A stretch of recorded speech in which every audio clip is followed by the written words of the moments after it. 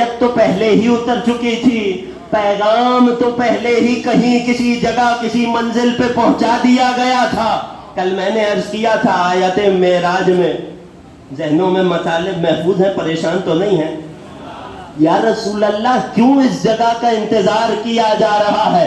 شاید رسول یہ سمجھانا چاہتے تھے اس امت کو کہ غدیر کی مثال تم میں پانی کے صاف شفاف ذخیرے کی ہے کہ اگر زندہ رہنا چاہتے ہو، صحت مند رہنا چاہتے ہو، اپنے دین کو صحت مند رکھنا چاہتے ہو، ارے جراثیموں سے خود کو بچانا چاہتے ہو تو غدیر سے جڑے رہنا۔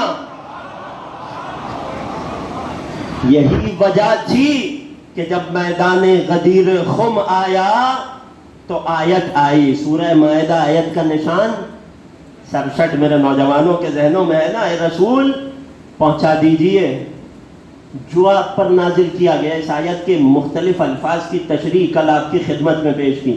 مجھے بہت جلدی ہے آگے بڑھنے کی، مگر میں کیا کروں کہ مومن جب غدیر پہ پہنچ جائے تو دل ٹھہر سا جاتا ہے۔ اے لوگوں وَإِن لَّمْ تَفْعَلْ، اے رسول اگر ایسا نہ کیا گویا کچھ نہ کیا، وَاللَّهُ يَعْصِمُكَ مِنَ النَّاسِ، اللہ لوگوں کے شر سے، اللہ لوگوں کے شر سے آپ کو بچائے گا۔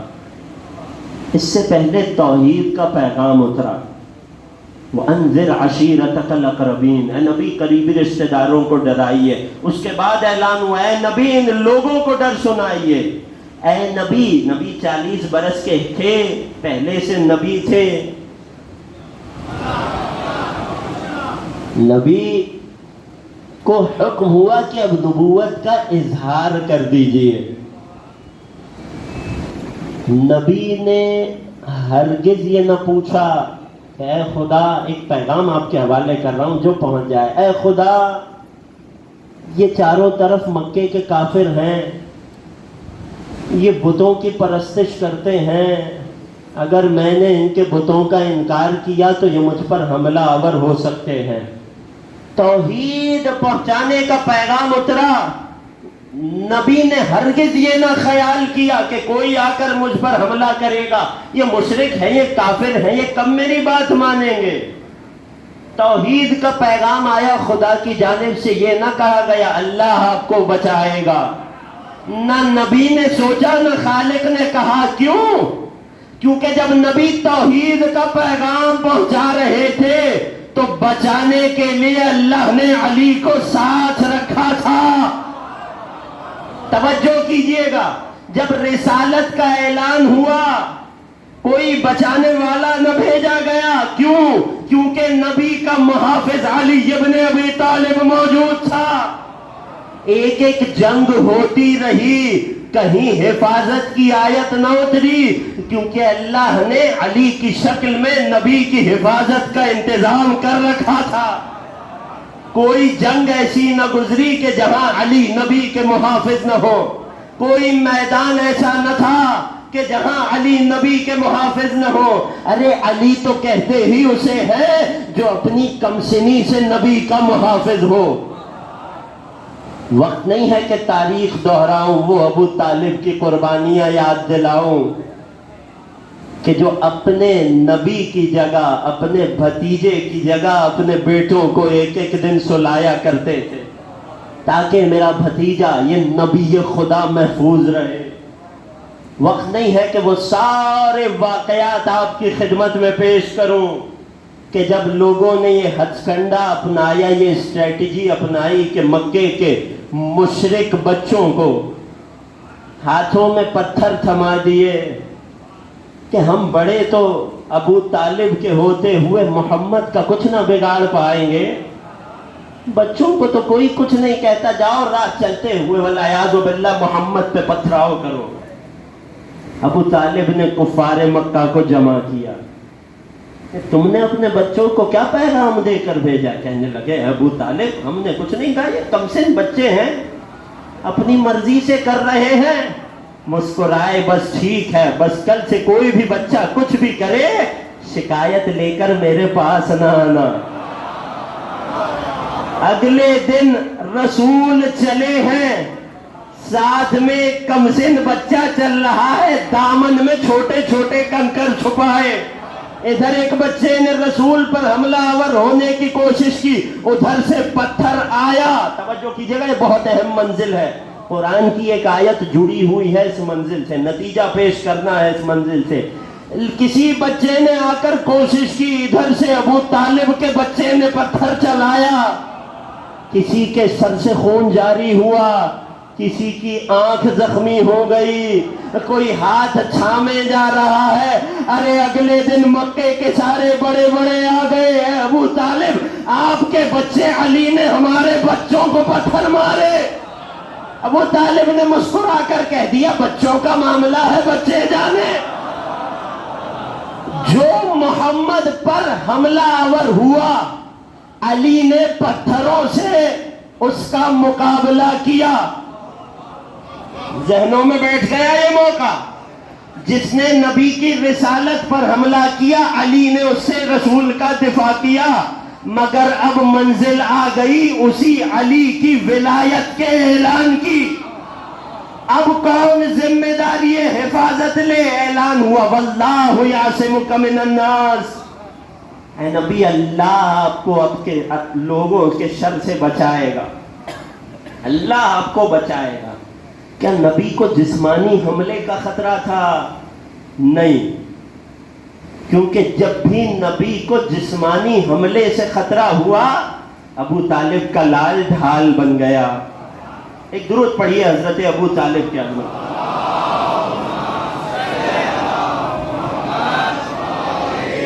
توجہات میرے ساتھ ہے نا عزیزوں؟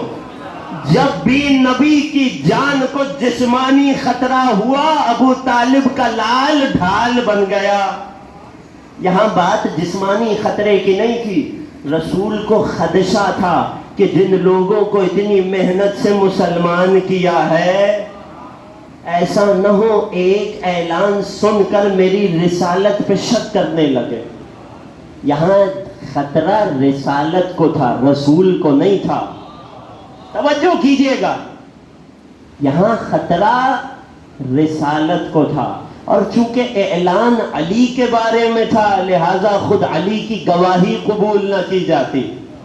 لہذا رب العزت کا اعلان ہوا واللہ یعصمک من الناس. اے نبی، جب بھی توحید اور رسالت پر خطرہ آیا، علی نے بچایا. آج علی کی ولایت کی باری ہے، ہم ذمہ داری لے رہے ہیں. رسول نے اعلان کیا. ایک بدنصیب کے جسے حارث ابن نعمان فہری کہا جاتا ہے، میرے نوجوان دوست کم سن بچے اس نام کو ذہنوں میں محفوظ کر لیں. فریقین کی کتابوں نے اس واقعے کو لکھا ہے، تفاسیر میں اس واقعے کو ذکر کیا ہے. ایک بدنصیب آیا، اور روایت کے عجیب جملے میں اشارہ کہہ کے گزر جاؤں گا، زیادہ تفصیل نہیں بتاؤں گا. جاء حارث ابن نعمان الفہری علی ناقتہ. یہ شخص کے جس کا نام کیا تھا؟ حارث ابن نعمان فہری. یہ آیا کس کیفیت میں آیا؟ اپنی اونٹنی پر بیٹھ کر آیا. نہیں معلوم اونٹنی کا علی کی دشمنی سے کیا تعلق تھا. جب بھی لوگ علی کی دشمنی پر آئے، نہیں معلوم کیوں اونٹنی پر بیٹھ کر آئے.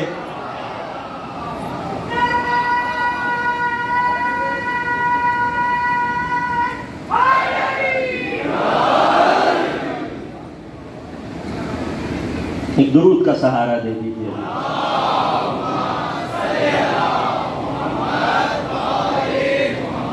خدا کی قسم یہ واقعہ بھی باقی تمام تاریخی واقعات کی مانند تاریخ کی کتب میں گم ہو جاتا اگر اس واقعے کی ضمانت بن کے قرآن کی آیت نہ اترتی. ایک قرآنی تفسیر میں اور تاریخی واقعے میں یہی تو فرق ہے. اگر واقعے پر آیت نہ اترے تو فقط تاریخ کی کتابوں کے حوالے ہو گیا، پھر اس کی کوئی اہمیت نہیں رہتی. تاریخ کا ایک واقعہ ہے، تاریخ کی کتب میں لکھ دیا گیا. نہیں، جس واقعے کو خدا نے بچانا ہوتا ہے، جس واقعے کو خدا نے باقی رکھنا ہوتا ہے اسے قرآن کی آیت میں سمیٹ دیتا ہے. یہ خدا کا دستور ہے. نام کیا تھا؟ حارث.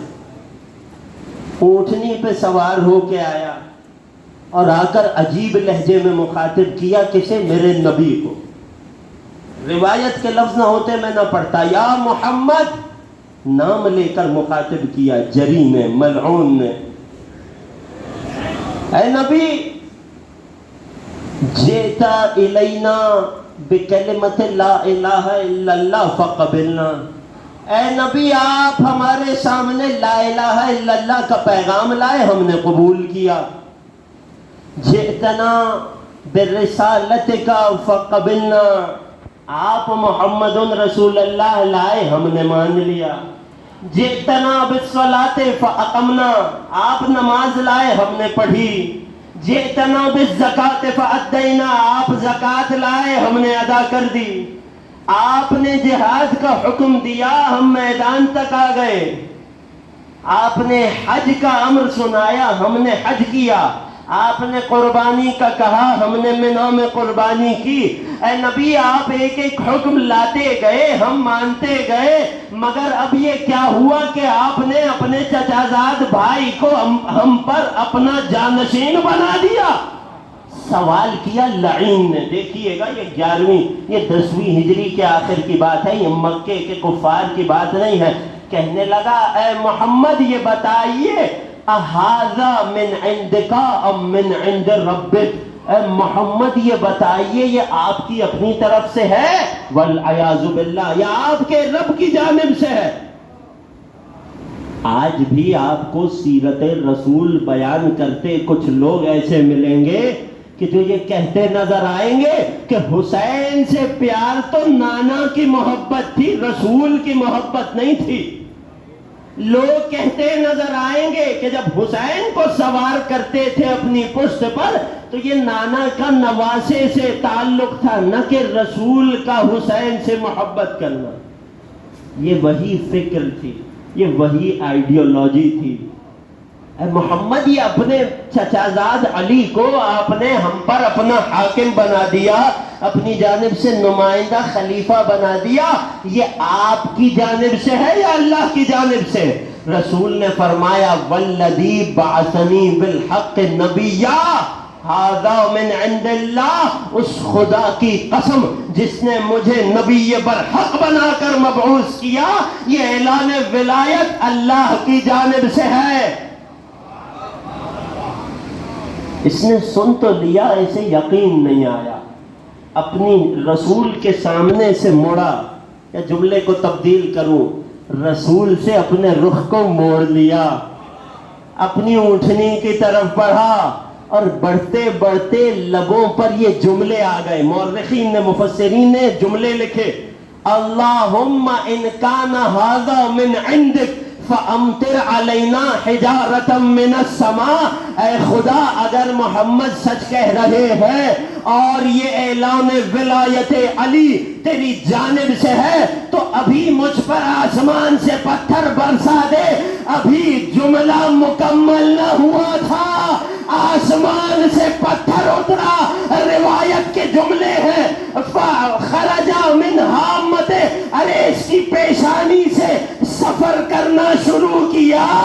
علی کی تلوار کی مانند اللہ کا آسمان سے اترا ہوا پتھر اسے 2 حصوں میں تقسیم.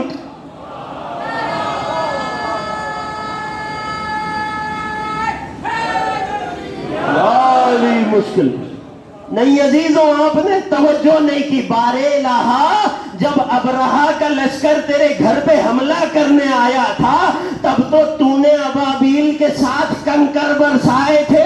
یہ آج آسمان سے پتھر کیوں اتر رہا ہے؟ جواب آئے گا ارے کل ابو طالب کے لال نے ہماری توحید کی اور رسالت کی گواہی کے لیے حفاظت کرتے ہوئے پتھر مارے تھے. آج ہم اسی علی کی ولایت کی حفاظت میں ارے پتھر برسائیں گے.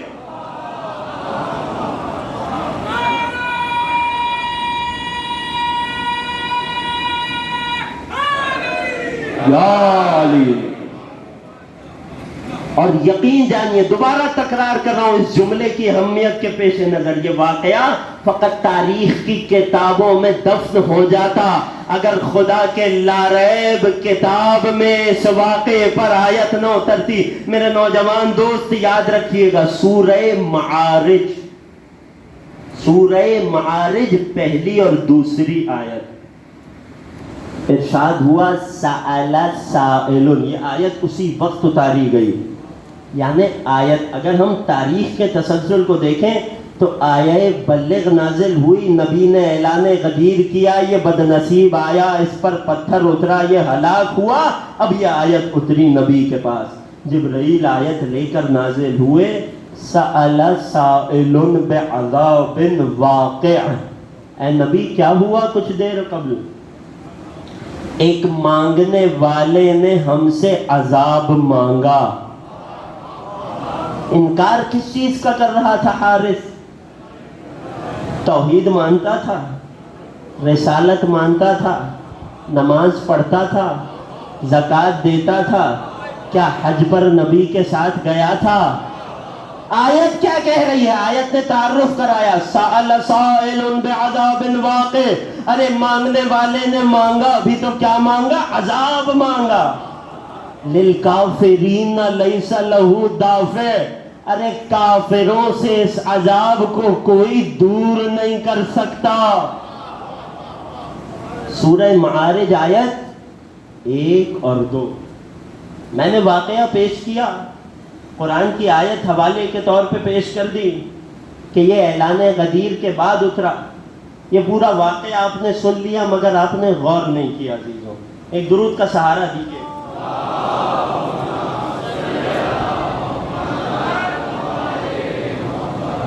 عزیزوں آپ نے غور نہیں کیا۔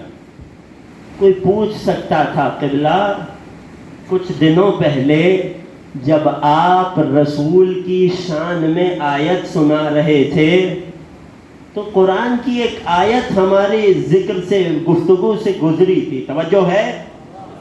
اس آیت، اس سورہ کا نام تھا انفال، آیت کا نشان تھا 44۔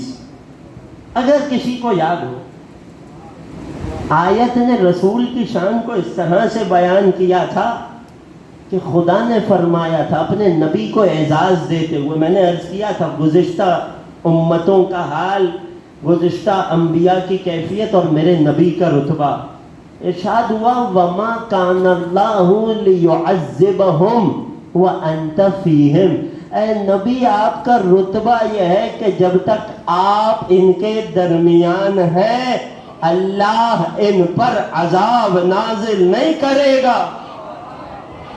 کوئی سوال کر سکتا ہے خدایا تو نے آیت اتاری تھی، تیری آیت کا کیا ہوا؟ محمد ہمارے درمیان تھے، رسول اپنے خیمے میں تھے، یہ لعین رسول سے ملاقات کر کے تو جا رہا تھا، ارے زیارت رسول کر کے تو آ رہا تھا، اور تو نے وعدہ کر رکھا تھا اے محمد جب تک آپ ان کے درمیان ہیں عذاب نہیں اتاروں گا۔ پھر یہ کیا ہوا کہ آسمان سے پتھر اترا؟ ارے آسمان سے جواب آئے گا، میرے محمد کا مقام ہے کہ جب تک محمد ان لوگوں کے درمیان ہے تب تک عذاب نہ اترے گا، مگر بات جب علی کی ولایت پر آ جائے،